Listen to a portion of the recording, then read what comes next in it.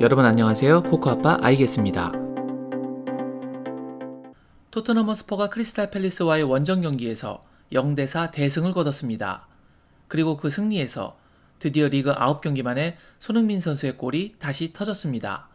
2023년 새해 첫 골이자 이번 시즌 프리미어리그 선발 출전에서의 첫 골이기도 합니다.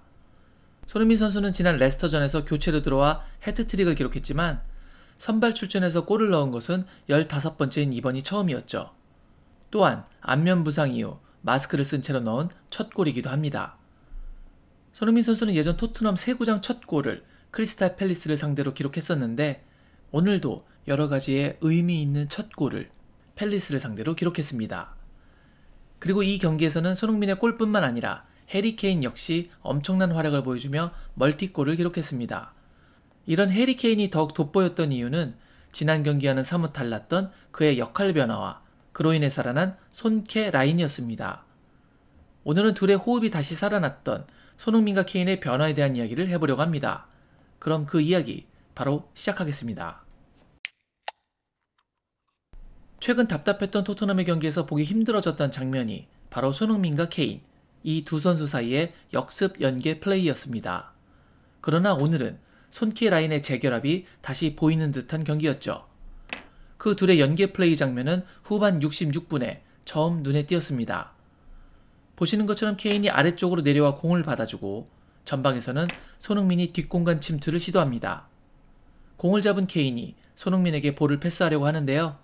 손흥민의 위치가 옵사이드였고 이후 나왔던 장면에서도 골이 되지는 못했지만 이런 둘의 역습 콤비네이션 플레이가 나왔다는 것이 오늘 경기에서는 뭔가 나오겠구나 라는 좋은 느낌의 시그널을 준 장면이었습니다. 그리고 이 둘의 합작은 후반 71분경에 나오게 됩니다. 뒤쪽에서 오는 패스를 해리 케인이 헤더로 전방에 있던 힐에게 떨궈주는데요. 이때 손흥민이 후방에서 침투를 시작합니다. 힐은 이 볼을 달려오는 손흥민에게 주지 않고 정면에 보이는 케인에게 줍니다. 만약 여기서 힐이 손흥민에게 패스를 했다면 좋은 결과를 만들기가 쉽지 않았을 것 같습니다. 아직 손흥민의 속도가 많이 붙어있지 않은 상태였고 공을 받는다고 해도 전방에 수비들이 있는 상태였기 때문에 상대가 파울이나 태클로 끊는 등으로 인해 돌파가 여의치 않았을 수도 있기 때문이죠. 하지만 바람직하게 힐의 패스는 케인에게 향했고 케인은 속도를 내고 뒷공간으로 침투하는 손흥민에게 곧바로 패스를 넣어줍니다. 우리가 정말 오랜만에 보는 둘의 완벽한 공격 조합이었습니다. 다만 논스톱 패스를 하다 보니 패스가 다소 높게 형성이 되었는데 여기서 공을 한번 잡고 주는 것과 바로 주는 것에서 전진하는 손흥민의 속도로 인해 미세하게 옵사이드냐 온사이드냐가 갈릴 수 있었다는 점을 감안하면 타이밍에 초점을 맞췄던 아주 좋은 선택이었다고 보여집니다. 손흥민은 이 패스가 높이 떴지만 공중볼 경합에서 게이와의 싸움에 승리하며 자신의 왼발 앞쪽으로 공을 떨궈 놓을 수 있게 되었습니다. 그리고 이전 팰리스전들에서 왼발로 득점을 했듯이 이번에도 왼발로 지체 없이 슈팅을 때리며 그 길었던 무득점의 시간에 마침표를 찍었습니다. 손흥민에게 확실히 왼발은 중요한 의미를 갖는 능력이자 상징인 것 같습니다. 중요한 순간, 위기의 순간, 특별한 순간에는 항상 그의 왼발이 함께 했죠. 오늘 살아난 손흥민과 케인의 플레이는 비단 이 장면에서만 드러나는 것은 아니었습니다. 지금 보시는 것은 패배했던 빌라전과 승리한 오늘 팰리스전에서의 케인 히트맵입니다. 눈으로 봐도 확연하게 케인의 중앙지역에서의 활동량과 폭이 빌라전에 비해 팰리스전에서 많아진 것을 확인할 수 있습니다. 빌라전에서는 특정 지역에 머물렀던 것에 비하면 팰리스전에서는 영역이 넓고 고르게 퍼지면서 평소보다 더 아래로 내려와 플레이메이킹에 도움을 주었다는 것을 보여주고 있죠. 이러자 지난 빌라전에서 이렇게 수비가 가장 많이 위치하는 박스 정면에서 횡적인 움직임으로 위협적인 찬스를 만들기 어려웠던 손흥민도 오늘 팰리스전에서는 지금처럼 이렇게 종적인 움직임을 가져가며 자신의 장기인 스피드를 골대 쪽으로 향해 위협 상황을 발생시키기가 더욱 수월해졌습니다. 해리 케인은 지난 시즌 37경기에 출전해 17골을 넣었지만 올 시즌은 18경기 만에 그에 육박하는 15골을 넣었습니다. 하지만 그 15개의 골 중 절반에 가까운 7골이 헤더골이죠. 콘테 이번 시즌 주 전술이 크로스를 통한 헤더 득점임을 감안했을 때 해리 케인의 전진 배치는 당연한 결과이고 그로 인해 해리 케인이 최전방에 머무르는 시간이 많아지면서 오늘 보였던 역습처럼 케인이 아래로 내려오고 손흥민이 그 뒷공간을 공략했던 이전 역습 공격 장면들은 많이 사라졌던 상황이었습니다. 하지만 오늘 정말 오랜만에 이런 장면이 다시 나왔고 그것이 골로 연결되면서 손흥민과 케인뿐만 아니라 콘테 감독도 잊고 있던 강력했던 무기를 다시금 상기시키는 골이었기에 그 의미가 더 특별하게 있었다고 생각하고요. 더 나아가서 그동안 마음고생이 많았을 손흥민 선수가 이 골로 인해서 환하게 웃을 수 있게 되었다는 점이 무엇보다도 가장 큰 의미였다고 생각합니다.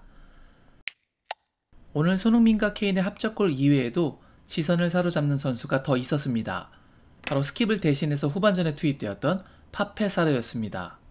벤탄쿠르가 부상으로 자리를 비운 사이 호이비에로와 함께 중원을 책임질 투 미들 중 한 명은 비수마였습니다. 하지만 지난 몇 번의 경기에서 콘테의 그 선택은 틀렸다는 것이 증명되었죠. 비수마는 여러가지 미스플레이를 보이며 정신을 못 차리는 모습이었습니다. 그래서 오늘 콘테의 선택은 스킵이었습니다. 하지만 스킵은 다소 아쉬운 모습으로 결국 66분경에 파페사르와 교체되었습니다. 그런데 스킵 대신 들어온 20살의 이 어린 선수는 팰리스와의 경기에서 멋진 활약을 해줬습니다. 수비형 미드필더답게 공의 경합이 벌어지는 많은 곳에서 모습을 드러냈고 좋은 플레이로 자신의 맡은 바 임무를 충실히, 아니 그 이상을 해줬습니다.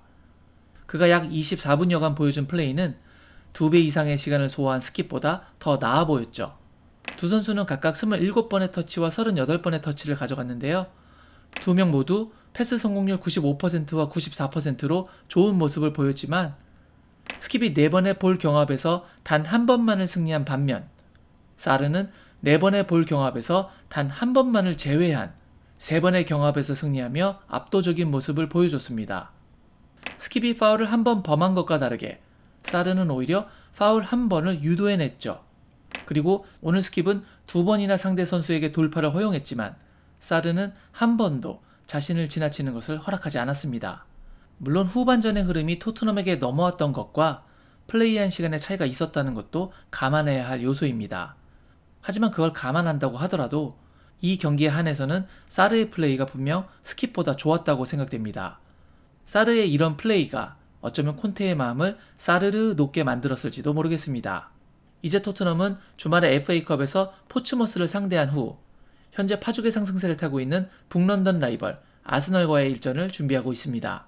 부디 이 경기에서 이번 시즌 운명의 전환점을 갖는 계기를 만들기 바라고 그 계기를 오늘 보았던 손흥민과 케인의 공격 조합에서 다시 보기를 바라는 마음입니다. 오늘 제가 준비한 영상은 여기까지였습니다. 오늘 영상이 마음에 드셨다면 구독, 좋아요, 알림 설정 부탁드리겠습니다. 저는 다른 더 좋은 영상으로 여러분께 인사드리겠습니다. 그럼 그때까지 늘 건강하세요. 역시 I guess.